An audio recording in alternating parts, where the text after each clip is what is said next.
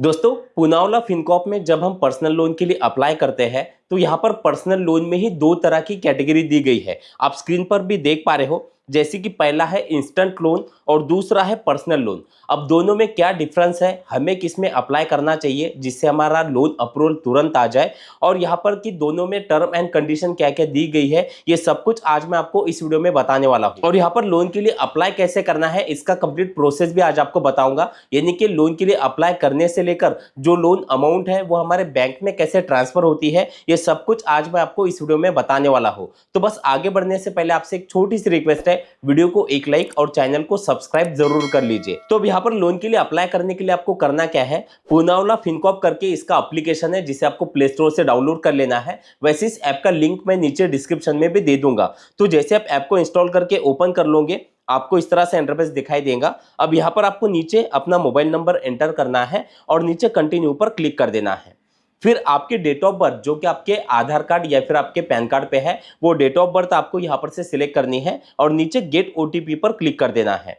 अब आपके mobile number पर एक ओटीपी आएगा, वो ओटीपी डाल के नीचे कंटिन्यू पर क्लिक कर देना है। अब कुछ परमिशन होंगी, नीचे आपको यस आई एग्री पर क्लिक कर देना है।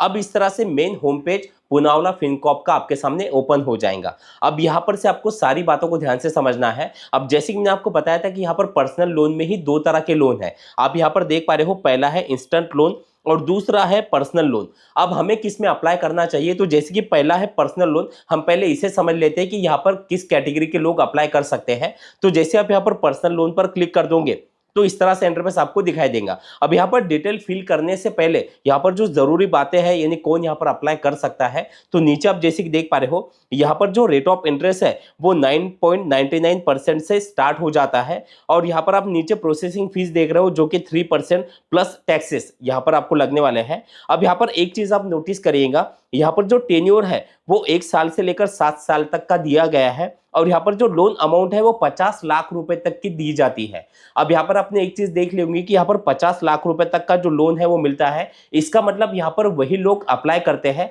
जिनका सिबिल स्कोर काफी अच्छा है और दूसरा उनके पास इनकम का भी काफी बड़ा सोर्स है। तो वो यहाँ पर यानी जिन्हें बड़ी लोन अमाउंट चाहिए वो यहाँ पर पर्सनल लोन में अप्लाई कर सकते हैं। अब जिन लोगों को लोन अमाउंट की इतनी ज्यादा जरूरत नहीं है, वो कम लोन लेना चाहते हैं और उनका सिबिल स्कोर भी इतना ज्यादा अच्छा नहीं है या उनके पास कोई एक अच्छा इनकम प्रूफ नहीं है, तो उन्हें क्या करना है, उन्हें यहां पर से इंस्टेंट लोन जो है इसके लिए अप्लाई करना है। तो जैसे आप इंस्टेंट लोन पर आप क्लिक कर दोगे तो इस तरह से इंटरफेस आपको दिखाई देता है। अब यहाँ पर इसकी सारी एलिजिबिलिटी क्राइटेरिया यहाँ पर आपको सारी डिटेल दी गई है, तो इसे आपको ध्यान से समझना है। तो जैसे कि आप देख पा रहे हो, तो इसमें पहला क्राइटेरिया है आपकी एज को लेकर, आपकी जो उम्र है वो 24 साल से लेकर 55 साल तक होनी चाहिए। दूसरा, आप इंडियन सिटीजन होने चाहिए। तीसरा, आप जैसे कि देख पा रहे हो, मिनिमम हाउस होल्ड इनकम, यानी कि आपके जो इनकम है पूरे परिवार की वो लगभग 3 लाख के ऊपर सालाना आपकी होनी चाहिए।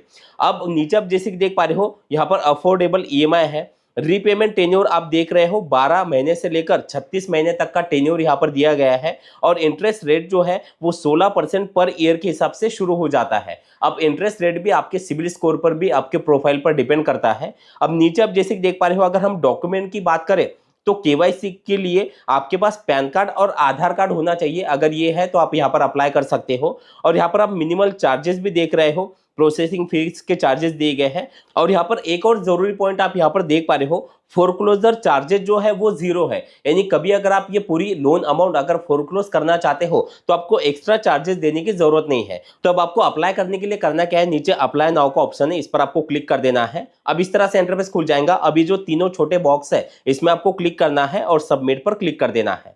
अब आपके सामने इस तरह से इंटरफेस खुल जाएगा। अब यहाँ से आपको सारी बातों को ध्यान से समझना है। अब सबसे पहला है पर्सनल डिटेल। अब पर्सनल डिटेल में सबसे पहले आपको पैन कार्ड का नंबर डालना है। उसके नीचे पैन कार्ड पे जो आपका पूरा नाम है, फुल नेम, वो आपको एंटर करना है। आपकी पैन कार्ड पे जो डेट ऑफ बर्थ है वो आपको डालनी है और नीचे ईमेल आईडी, आपके मोबाइल में जो ईमेल आईडी होगी वो आपको सिलेक्ट कर लेनी है। उसके बाद जेंडर आपको सिलेक्ट करना है। ऑक्यूपेशन, अब ऑक्यूपेशन को थोड़ा सा ध्यान से समझिएगा। अब 2 ऑप्शन है, पहला है सैलरीड का और दूसरा है सेल्फ एम्प्लॉयड का। अब जैसे कि जो कहीं पर जॉब करते हैं उनकी फिक्स सैलरी आती है तो उन्हें तो सैलरीड वाला ऑप्शन सिलेक्ट करना होता है। अब जो लोग कहीं पर जॉब नहीं करते या कोई ऐसा काम करते हैं जिसमें उनकी फिक्स सैलरी नहीं आती, जैसे कि एग्जांपल वो कोई प्लम्बर का काम करते हैं, खेती का काम करते हैं, रिक्शा चलाते हैं, ड्राइविंग करते हैं, तो ऐसा काम जहां पर से फिक्स सैलरी नहीं आती लेकिन आप महीने की कमाई कर रहे हो और आपका या तो कोई छोटा धंधा है, बिजनेस है, तो भी आप यहां पर से सेल्फ एम्प्लॉयड वाला ऑप्शन सिलेक्ट कर सकते हो। अब उसके नीचे आप जैसे कि देख पा रहे हो एड्रेस डिटेल, एड्रेस डिटेल में आपका यहां पर आप रहते कहाँ हो वो आपको सिलेक्ट करना है, पिन कोड आपको सिलेक्ट करना है और फिर नीचे आपको सबमिट पर क्लिक कर देना है। अब आपका जो पैन कार्ड है वो आपको इस तरह से यहाँ पर दिखाई देगा। अब पैन कार्ड पे जो आपका नंबर है, आपका नाम है, आपकी डेट ऑफ बर्थ आपको दिखाई देती है। अगर ये बराबर है तो आपको नीचे यस इट्स मी इस पर आपको क्लिक कर देना है। अब जैसे अब यस इट्स मी पर आप क्लिक कर दोगे, अब यहां पर से आपका जो पैन कार्ड है आपके सिविल स्कोर के हिसाब से आपको ऑफर कितना मिला है या नहीं वो आपको दिखाई देगा। अब जैसे कि पहली कैटेगरी हम उन लोगों के लिए देख लेते हैं जिनको ऑफर नहीं मिलता है। तो जैसे आप यहां पर यस इट्स मी पर क्लिक कर दोगे तो जिन लोगों का सिविल स्कोर कम है या जिनको ऑफर नहीं मिला उनको इस तरह से इंटरफेस दिखाई देगा। अब अगर आपको यहां पर से लोन ऑफर नहीं मिलता है तो आपको क्या करना है ये वीडियो के लास्ट में मैं आपको बताने वाला हूं, लेकिन जिन लोगों को ऑफर मिल जाता है उन लोगों को इस तरह से इंटरफेस दिखाई देगा। अब जैसे कि आपके सिविल स्कोर के हिसाब से आपको लोन अमाउंट यहां पर दिखाई देंगी। अब आप जैसे कि यहां पर लोन अमाउंट देख रहे हो, ये लोन आप यहां पर से कम या ज्यादा कर सकते हो। जैसे कि यहां पर 4,75,000 रुपए का लोन यहां पर से हमें मिल रहा है तो हम इसे कम भी कर सकते हैं, यानी मिनिमम 50,000 भी हम यहां पर से ले सकते हैं। और आप यहां पर से टेन्योर भी नीचे देख पा रहे हो, 36 महीने, 30 महीने, 24 महीने, 12 महीने, इस तरह से यहां पर से टेन्योर भी होता है। अब टेन्योर को लेकर एक जरूरी बात मैं आपको बताना चाहता हूं। देखिए जो इंटरेस्ट होता है वो आपके टेन्योर पर भी डिपेंड करता है। आप जितना बड़ा टेन्योर लोगे उतना ही ज्यादा इंटरेस्ट आपको देना पड़ेगा। तो एक चीज हमेशा ध्यान रखिएगा, आप अगर लोन यहां पर से ले रहे हो तो पहले तो आपको ऊपर से लोन अमाउंट सिलेक्ट कर लेनी है और दूसरा अगर आप टेन्योर कम रखते हो तो आपको इंटरेस्ट कम देना पड़ेगा। अब आपकी ईएमआई थोड़ी सी बढ़ जाएंगी, लेकिन अगर आपका इंटरेस्ट बच रहा है तो मैं आपको एक ही बात बताऊंगा कि थोड़ी सी आप ईएमआई कम रखिए। तो जैसे आप यहां पर से टेन्योर सिलेक्ट कर लोगे आपको नीचे आपकी ईएमआई दिखाई देंगी, कितनी ईएमआई आपको आने वाली है, और नीचे आपको इंटरेस्ट रेट भी दिखाई दे रहा है जो कि इंटरेस्ट रेट आपके सिविल स्कोर पर डिपेंड करता है। अब अगर आप ये लोन लेना चाहते हो तो आपको नीचे कंटिन्यू पर क्लिक कर देना है। अब इस तरह से इंटरफेस खुल जाता है। अब आप जैसे देख पा रहे हो you can connect your primary bank account to fetch data. अब अगर आप अपना बैंक अकाउंट या बैंक डेटा अगर आप यहां पर इनके साथ शेयर करते हो तो आपका लोन प्रोसेस काफी जल्दी हो जाएगा। यानी कि आपको करना कुछ भी नहीं है, डिजिटली आपका बैंक अकाउंट में जो भी ट्रांजैक्शन होते हैं वो यहां पर चेक किए जाते हैं ताकि आपको लोन जो है वो आपके अकाउंट में ट्रांसफर किया जाए।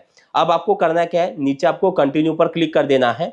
अब इस तरह से इंटरफेस खुल जाता है। अब आप जैसे कि देख पा रहे हो, अब आपकी जो बैंक डिटेल है, आपका बैंक का नाम आपको यहाँ पर से सर्च करना है और आपका बैंक नेम आपको यहाँ पर से सिलेक्ट कर लेना है। उसके नीचे आपके बैंक अकाउंट के साथ जो नंबर लिंक है वो नंबर आपको यहाँ पर टाइप करना है और नीचे प्रोसीड पर क्लिक कर देना है। अब आपके उसी नंबर पे एक ओटीपी आएगा, वो ओटीपी डाल के नीचे वेरीफाई पर क्लिक कर देना है। अब इस तरह से इंटरफेस खुल जाता है, आपका बैंक अकाउंट वेरीफाई हो जाएगा और यहाँ पर से एडिशनल डिटेल आपको दिखाई देंगी। अब एडिशनल डिटेल में सबसे पहला है लोन पर्पस। आप लोन क्यों ले रहे हो ये आपको यहाँ पर से सिलेक्ट करना है। उसके बाद आपका क्वालिफिकेशन क्या हुआ है, ये वैसे नॉमिनल है लेकिन आपको यहाँ पर ये सबमिट करना जरूरी होता है। तो आपको आपका क्वालिफिकेशन जो है वो सिलेक्ट करना है, आपके फादर का पूरा नाम आपको एंटर करना है और आपका मैरिटल स्टेटस, और आपको नीचे कंटिन्यू पर क्लिक कर देना है। अब जैसे आप कंटिन्यू पर क्लिक कर दोगे अब इस तरह से इंटरफेस खुल जाएगा। अब यहाँ पर से आपकी ऑनलाइन केवाईसी होंगी जिसके लिए आपको अपने आधार कार्ड का नंबर डालना है, नीचे एक छोटा सा कैप्चा रहेगा उसे आपको फिल करना है और नेक्स्ट पर क्लिक कर देना है। अब आपके मोबाइल नंबर पर एक ओटीपी आएगा, वो ओटीपी डाल के आपको वेरीफाई कर लेना है। फिर यहाँ पर आपको अपने डिजी लॉकर का 6 डिजिट पिन होता है जो कि आपको डालना है। अब कुछ लोगों को हो सकता है कि डिजी लॉकर का पिन याद ना हो, या कुछ लोग ऐसे भी हो सकते हैं कि जिनका डिजी लॉकर पे अकाउंट बना हुआ ना हो। तो आपको डिजी लॉकर पे पहला अकाउंट क्रिएट कर लेना है। वहां पर जब आप अकाउंट क्रिएट करोगे तो 6 डिजिट का पिन भी आपको क्रिएट करना है जो कि यहाँ पर आपको डालना है। लेकिन अगर आपका अकाउंट पहले से बना हुआ है और आपको पिन याद नहीं है तो नीचे आप फॉरगेट सिक्योरिटी पिन, इस पर आप जैसे क्लिक कर दोगे तो आप अपना पिन रिकॉर्ड भी कर सकते हो। जैसे आप पिन डाल दो आपको कंटिन्यू पर क्लिक कर देना है। अब इस तरह से आपको इंटरफेस दिखाई देगा। अब यहाँ पर आपके सामने बीच में आप जैसे देख पा रहे हो Aadhaar card, driving licence, PAN card, तो इसके आगे आपको टिक करना है और नीचे अलाउ पर आपको क्लिक कर देना है।